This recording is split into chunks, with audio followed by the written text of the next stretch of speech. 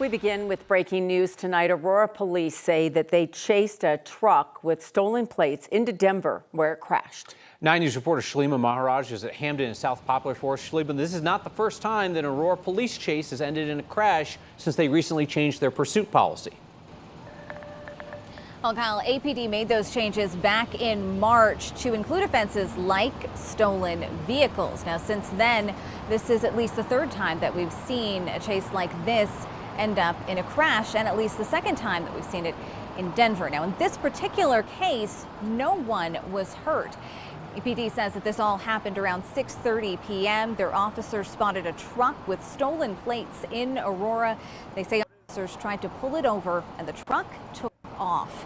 And we don't know exactly where the pursuit started, but police say they only chased the truck for a few minutes before it crashed here off of Hampton.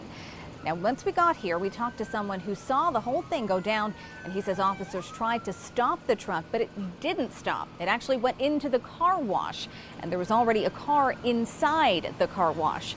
So he says the truck rammed that car, and you can see it pushed the SUV out, and that is when police were finally able to stop that truck.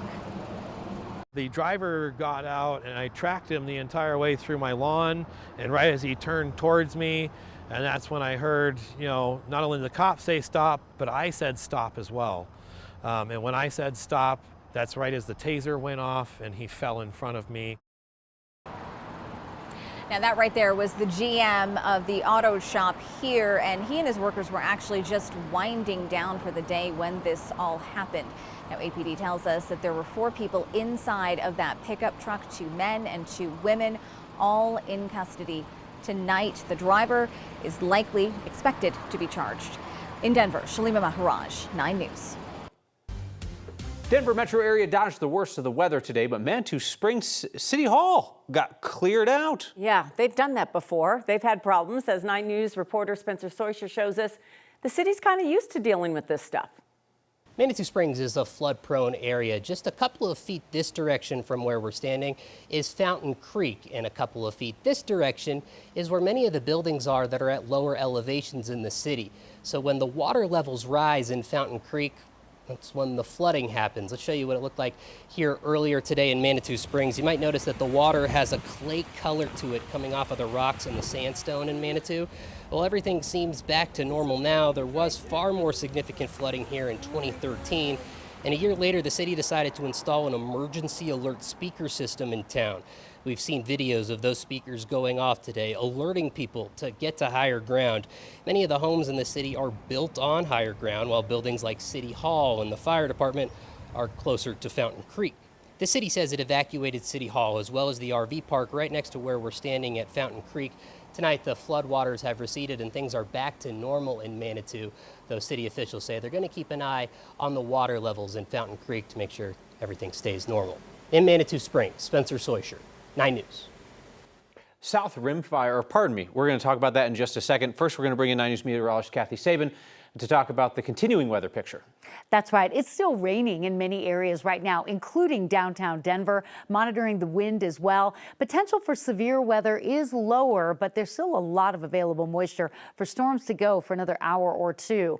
Oh, I love these cooler temperatures. Great sleeping weather in the mid-60s this hour. Severe thunderstorm watch just canceled moments ago, but radar still pretty active. A line of showers moving through Denver up through Fort Morgan and Sterling, also to the south around the Carville area. In the Broomfield and Boulder areas, there's some heavy rain coming down right now, so we're looking at the potential for some flooding in that area. A lot of thunder and lightning down to the south. Lightning extending from La Junta and Lamar all the way into Kansas tonight. The flash flood warnings to the south have been canceled out, which is great news after a day with 1, 2, even 3 inches of rain from slow-moving thunderstorms. Severe weather threat appears to be lessening. We're still going to see the chance for some rain, and that rain could be heavy at times as you head to sleep overnight tonight. Temperatures trending cool overnight, but your weather headlines include the potential for a few more storms tomorrow. The timing and impact just ahead. And now to the situation in Black Canyon in the Gunnison National Park, where the South Rim Fire has closed that entire park space. The fires destroyed the campground there and the maintenance facility, and the fire is beginning to threaten homes nearby. 9 News reporter Mark Salinger is in Montrose talking to firefighters about just how difficult it's been to fight this fire. This roadblock is as close as you can get to Black Canyon of the Gunnison National Park right now. If you've ever been here, you know just how deep and steep the canyon is. Those are the conditions that firefighters are now having to battle these flames in. At the airport in Montrose, firefighting planes wait until they're needed. Right now, the South Rim fire is burning too far deep into Black Canyon of the Gunnison for them to be useful. You can't put people in there with the risk to firefighters, hard to fly aviation in there, just a really challenging piece of ground to fight fire. Casey Cheesebro knows just how difficult this terrain is. He's the incident commander leading the firefight. Some of that burning material will roll down the canyon and get down below the rest of the fire. Fire loves to run uphill, so having fire in a canyon, that fire all day long wants to just play. From high up above in a helicopter, Nick Ostrom watches the flames as a fire behavior analyst. His job is to help keep firefighters safe and predict how the fire will burn. He calls the fire unique, burning inside a giant canyon with lots of fuel. The heat from the fire itself rises up and it dries out the fuels in front of it. So it allows that preheating of the fuels, and it dries it out and allows the fire to really move up.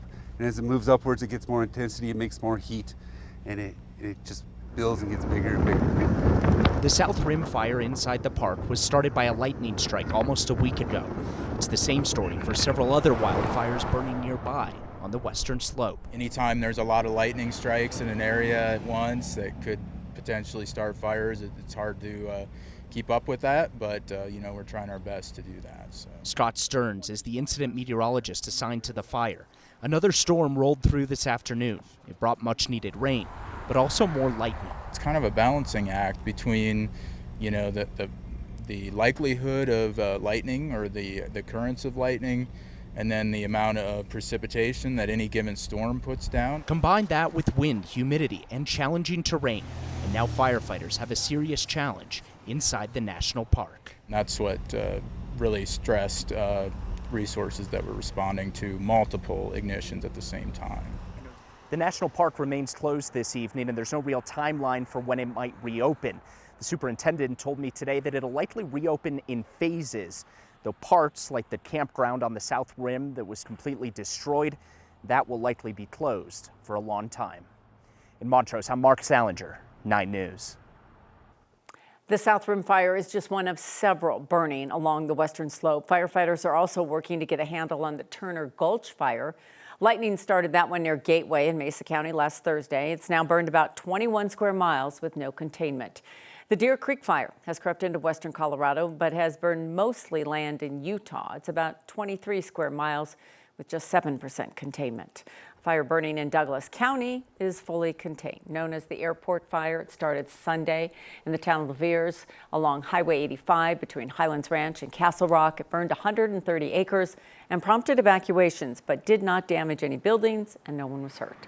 The sheriff's office believes a passing train sparked it. We're continuing to update fires burning across the state as they come in. You can find more by texting the word wildfires to 303-871-1491. We'll text you back a link to our coverage.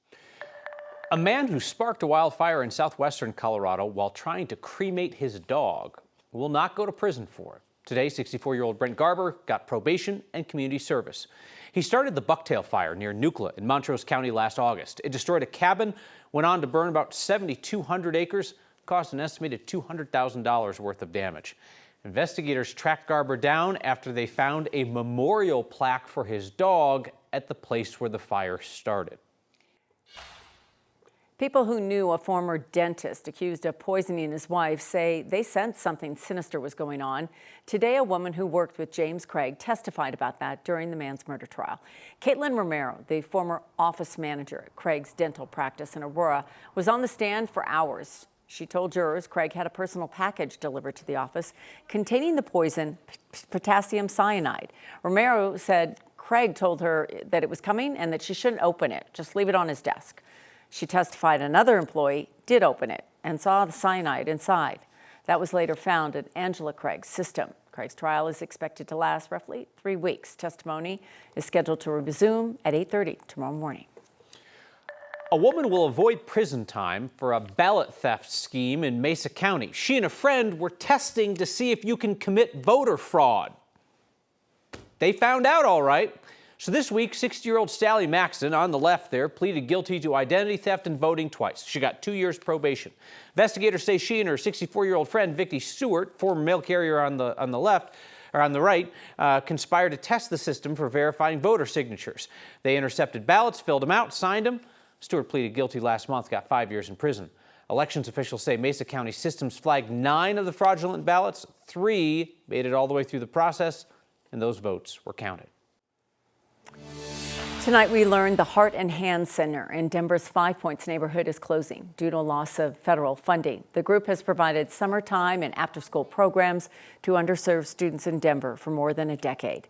Today, the organization's founder said they lost $700,000 when the Trump administration froze federal funding for DEI programs.